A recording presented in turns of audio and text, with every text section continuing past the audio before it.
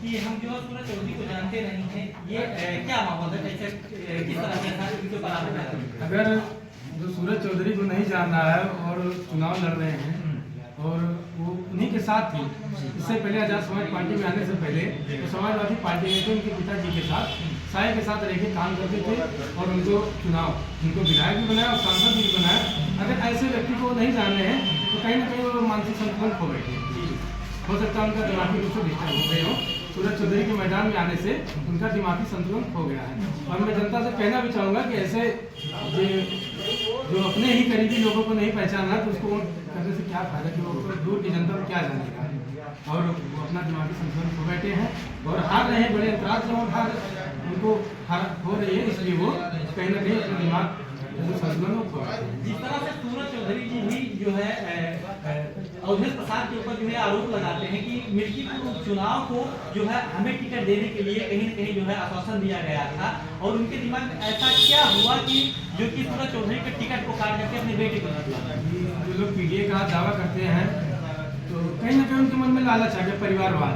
वो चाहते हैं कि हमारे घर में ही सब कुछ है, तो जनता बिल्कुल थोड़ी है कि आप ही को सब कुछ दे देगी, जनता इसका जवाब देगी। सूरज चौधरी जी सुन्नी से उनके साथ में थे कि भाई उनको विधायक बनाया, फिर सांसद बनाए, सांसद के बाद सीट खाली उन्होंने खुद आश्वासन दिया इनको कि जब आप क्षेत्र में तैयारी करिए, मैं आपको टिकट दिला के आपको विधायक बनाऊंगा। लेकिन ऐसा नहीं, क्योंकि उनके मन में कहीं ना कहीं लालच है। जनता के प्रति अगर वो जो पीडीए का नारा देते हैं, जो बहुजन समाज की बात करते हैं, अगर उनके अंदर वो समाज के हितैषी होते तो वो कहते जाइए आप भी सेवा का आपको भी मौका देते हैं। लेकिन ऐसा नहीं होता, क्योंकि उनके अंदर लालच, वो चाहते हैं कि हमारे घर में सांसद विधायक सब कुछ हमारे ही लड़के हैं। लेकिन उनको याद दिला दूं, शायद उनके लड़के अजीत प्रसाद ही जब किसी क्षेत्र से चुनाव लड़े थे जिला पंचायत का, तो बहुत बुरी तरीके से हारे थे और वो दूर दूर तक भी कहीं दिखाई नहीं दी चुनाव के बाद। आज अपने पिताजी के बदौलत वो टिकट लेके क्षेत्र में अगर आए हैं तो शायद उनको जनता ही नहीं जानती है तो उनके पिताजी को अवधेश जी को जानती है, अजीत को शायद कहीं नहीं जानती है। कोई आज जाके सर्वे कर लीजिए। जिस तरह से समाजवादी के ऊपर ये भी आरोप लगता है कि जितने भी उनके साथ उनसे सूरज चौधरी थे, प्रदीप यादव थे और भी तमाम ऐसे नेता हैं जो कि उनसे हट करके इस समय जो है अलग अपनी जो है राजनीति की छवि बनाना चाह रहे हैं, ऐसी क्या गलती थी, क्या अवधेश जी ने ऐसा क्या उनके दिमाग में आया कि छोटे नेताओं को क्या मिल्कीपुर में चुनाव लड़ने का अधिकार नहीं है? देखिए, जिसको छोटे नेता बोल रहे हैं, शायद उन्हीं लोगों ने उनके जाके सांसद बनाए, विधायक भी बनाए। 9 बार के अगर वो विधायक बने हैं तो आप भी जानते होंगे कि अकेला व्यक्ति कोई नहीं बन सकता।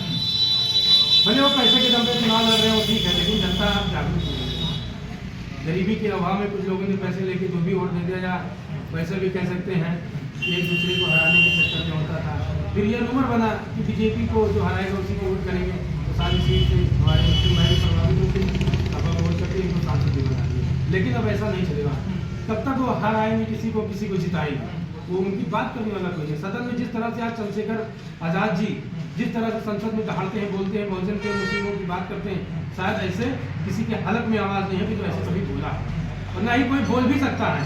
जो आज बात करते हैं, बाबा साहब की बात करते हैं कि अपमान हुआ, अमित शाह जी ने जिस तरह बाबा साहब का अपमान किया, तो मैं पूछना चाहूँगा, जनता से भी पूछना चाहूँगा कि बीजेपी में बैठे बहुजन समाज के एक भी सांसद विधायक का नाम लेके बता दीजिए कि जो इसका विरोध किया, या सपा में बैठे जो लोग हैं इसका विरोध किस तरह से करते हैं, केवल चुनाव के समय विरोध करते हैं। इससे पहले मैंने अभी बताया कि वही बगल में नामांकन करने के बाद बाबा साहब की प्रतिमा कचेरी में लगी थी चंद कदमों की दूरी पे, लेकिन वहाँ पे एक फूल अर्पित नहीं कर सके और वहाँ से 20 किलोमीटर दूर तक धार्मिक स्थलों पे जा जाके दर्शन करते हैं।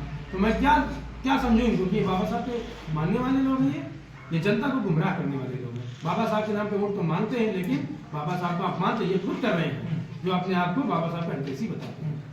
जिस तरह से भाजपा ये भी है कि लोगों को पीडीए की राजनीति करके जो है मिल्कीपुर में सेंध लगा रही है। एक तरफ जैसे समाजवादी के साथ 62,000 मुस्लिम और यादव है और ब्राह्मण और क्षत्रिय जो है 65,000 है, तो उसके मध्य में जो है ये जो शेष वोट है, सबसे ज्यादा वोट कहा जाने वाला जो है ये जो है पिछड़े दलित लोग हैं। तो ये इनको कौन ऐसी लग रही, मतलब क्या कितनी मजबूती से कौन सेंध लगाएगा जो यहाँ से मिल्कीपुर के चुनाव को बाजी मारेगा? देखिए, दलित समाज तो हमारे साथ है ही है, साथ साथ पिछड़े भी हैं और मुस्लिम भी हमारे साथ हैं, क्योंकि आज दलित मुस्लिमों पिछड़ों की अगर कोई लड़ाई लड़ रहा है तो केवल भीम आर्मी आजाद समाज पार्टी, हमारे नेता, हमारे मुखिया माननीय एडवोकेट चंद्रशेखर आजाद जी लड़ रहे हैं। और सदन में जो चीज बोलनी चाहिए वो बोल के दिखा भी रहे हैं और उस पर खरा भी उतर रहे हैं और जनता का उनको साथ और समर्थन मिल भी रहा और लोग हमारे साथ तन मन धन से लगे हुए भी हैं और इसी से हम चुनाव भी लड़ रहे हैं और हमारे साथ पिछड़े भी हैं, दलित भी हैं, मुस्लिम भी हैं,